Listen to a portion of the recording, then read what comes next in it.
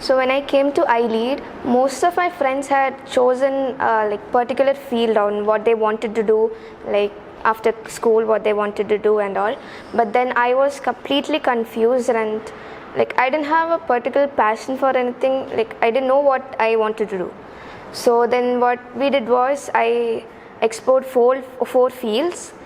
First one was dance. In that I met few dancers. I had a project meeting few dancers and finding out what are the first few steps or things a 10-year-old child has to do in order to become a professional dancer.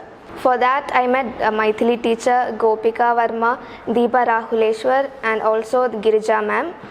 Then I interviewed them, and I was able to get knowledge about what they think about dance and how we can learn and become a professional dancer.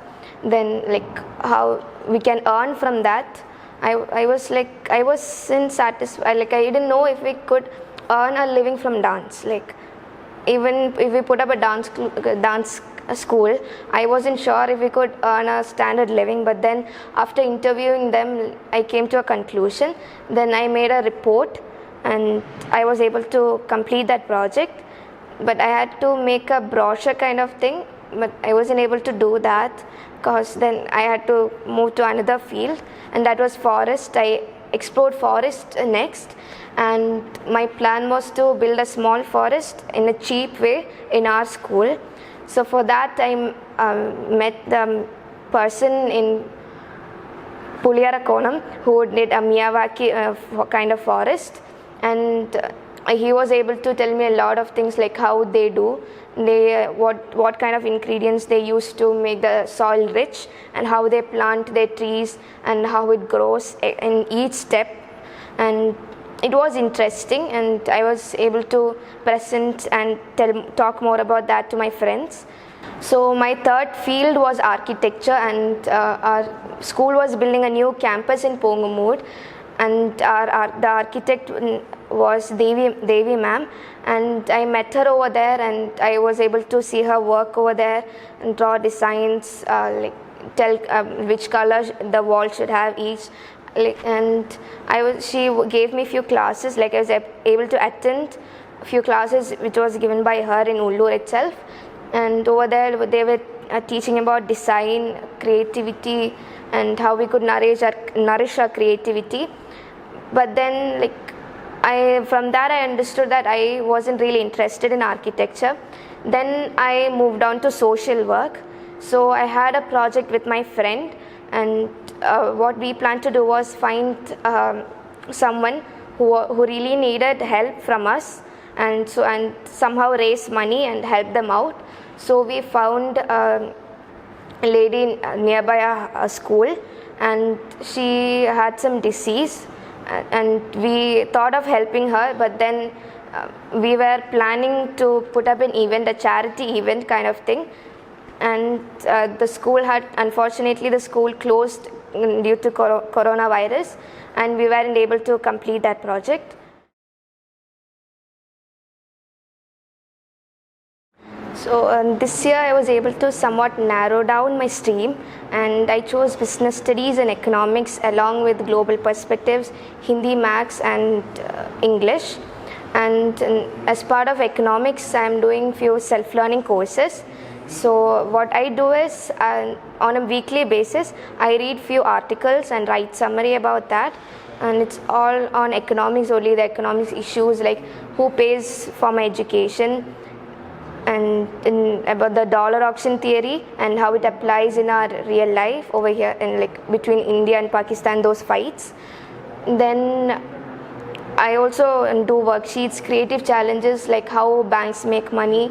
In that I have to analyze the quarterly result of a bank. Then I have to learn what spread, things like that. Then in what area the banks make money, I have to go in detail of each of things. So I'm currently working on that.